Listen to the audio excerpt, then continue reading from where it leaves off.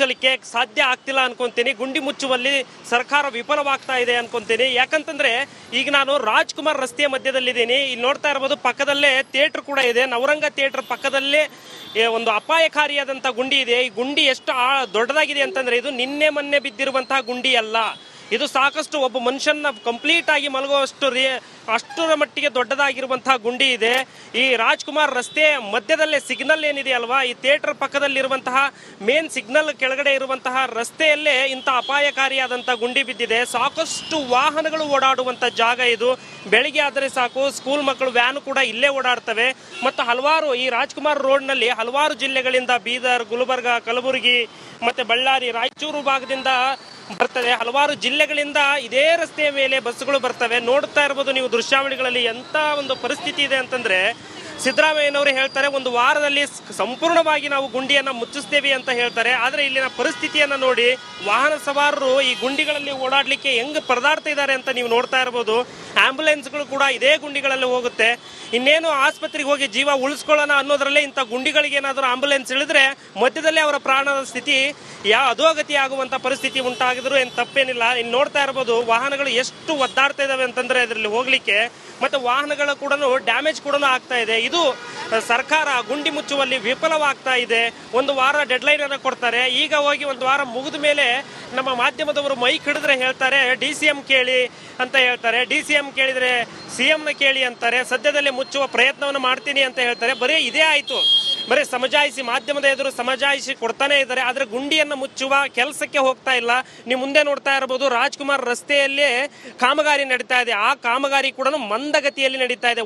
ಒಂದ್ ಸೈಡ್ ಮಾತ್ರ ವೆಹಿಕಲ್ಸ್ ಗಳಿಗೆ ಹೋಗ್ಲಿಕ್ಕೆ ಅನುಕೂಲವನ್ನ ಮಾಡಿದ್ದಾರೆ. ಇನ್ನೊಂದು ಸೈಡ್ ಕಂಪ್ಲೀಟ್ ಆಗಿ ಸುಮಾರು 1.5 ಕಿಲೋಮೀಟರ್ ರಸ್ತೆಯನ್ನ ಬಂದ್ ಮಾಡಿದ್ದಾರೆ. ಅದು ಕೂಡ ಮಂದಗತಿಯಲ್ಲಿ ನಡೀತಾ ಇದೆ. ಯಾವುದೇ ಒಂದು ಕೆಲಸಗಳು ಕೂಡ ಅತಿ ವೇಗವಾಗಿ ನಡೀತಾ ಇಲ್ಲ. ಇದು ಯಾಕೆ ಈ ತರ ಸರ್ಕಾರ ಈ ರೀತಿ ಮಾಡ್ತಾ ಇದೆಯೋ ಗೊತ್ತಿಲ್ಲ. ಜನಸಾಮಾನ್ಯರಿಗಂತೂ ಬಹಳ ತೊಂದರೆ ಆಗ್ತಾ ಇದೆ.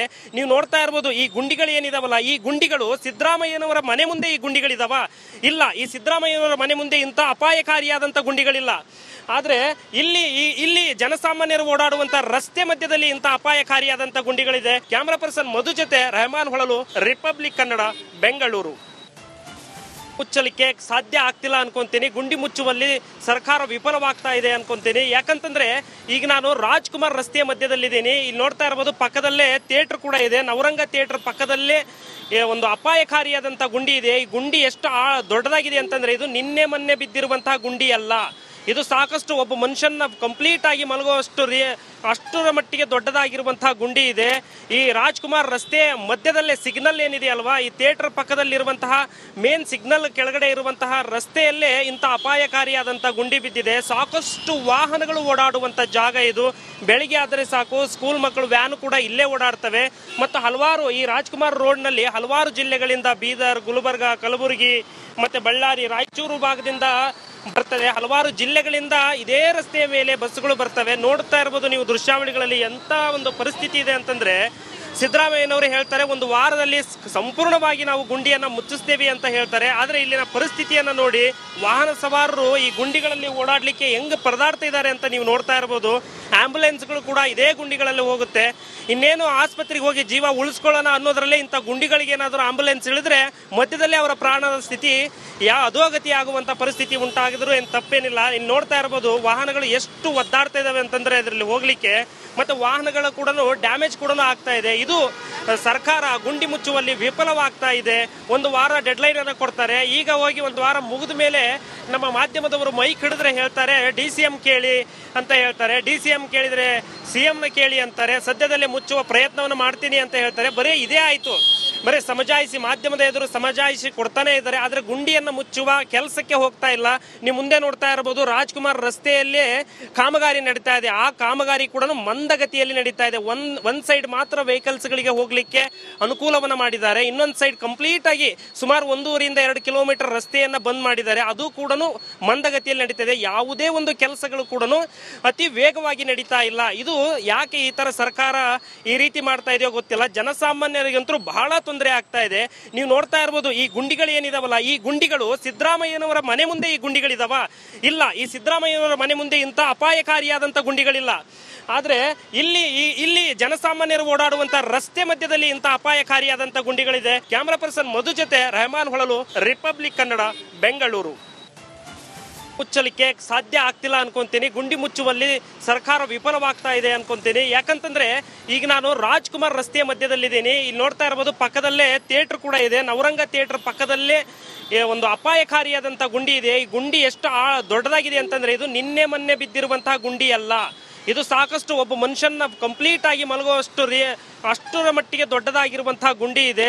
ಈ ರಾಜ್ಕುಮಾರ್ ರಸ್ತೆ ಮಧ್ಯದಲ್ಲೇ ಸಿಗ್ನಲ್ ಏನಿದೆ ಅಲ್ವಾ, ಈ ಥಿಯೇಟರ್ ಪಕ್ಕದಲ್ಲಿರುವಂತಹ ಮೇನ್ ಸಿಗ್ನಲ್ ಕೆಳಗಡೆ ಇರುವಂತಹ ರಸ್ತೆಯಲ್ಲೇ ಇಂಥ ಅಪಾಯಕಾರಿಯಾದಂಥ ಗುಂಡಿ ಬಿದ್ದಿದೆ. ಸಾಕಷ್ಟು ವಾಹನಗಳು ಓಡಾಡುವಂಥ ಜಾಗ ಇದು.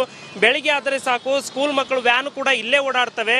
ಮತ್ತು ಹಲವಾರು ಈ ರಾಜ್ಕುಮಾರ್ ರೋಡ್ನಲ್ಲಿ ಹಲವಾರು ಜಿಲ್ಲೆಗಳಿಂದ ಬೀದರ್, ಗುಲ್ಬರ್ಗ, ಕಲಬುರಗಿ ಮತ್ತು ಬಳ್ಳಾರಿ, ರಾಯಚೂರು ಭಾಗದಿಂದ ಬರ್ತವೆ. ಹಲವಾರು ಜಿಲ್ಲೆಗಳಿಂದ ಇದೇ ರಸ್ತೆಯ ಮೇಲೆ ಬಸ್ಗಳು ಬರ್ತವೆ. ನೋಡ್ತಾ ಇರ್ಬೋದು ನೀವು ದೃಶ್ಯಾವಳಿಗಳಲ್ಲಿ ಎಂತ ಒಂದು ಪರಿಸ್ಥಿತಿ ಇದೆ ಅಂತಂದ್ರೆ, ಸಿದ್ದರಾಮಯ್ಯನವರು ಹೇಳ್ತಾರೆ ಒಂದು ವಾರದಲ್ಲಿ ಸಂಪೂರ್ಣವಾಗಿ ನಾವು ಗುಂಡಿಯನ್ನು ಮುಚ್ಚಿಸ್ತೇವೆ ಅಂತ ಹೇಳ್ತಾರೆ. ಆದರೆ ಇಲ್ಲಿನ ಪರಿಸ್ಥಿತಿಯನ್ನು ನೋಡಿ ವಾಹನ ಸವಾರರು ಈ ಗುಂಡಿಗಳಲ್ಲಿ ಓಡಾಡಲಿಕ್ಕೆ ಹೆಂಗೆ ಪರದಾಡ್ತಾ ಇದ್ದಾರೆ ಅಂತ ನೀವು ನೋಡ್ತಾ ಇರ್ಬೋದು. ಆಂಬ್ಯುಲೆನ್ಸ್ಗಳು ಕೂಡ ಇದೇ ಗುಂಡಿಗಳಲ್ಲಿ ಹೋಗುತ್ತೆ.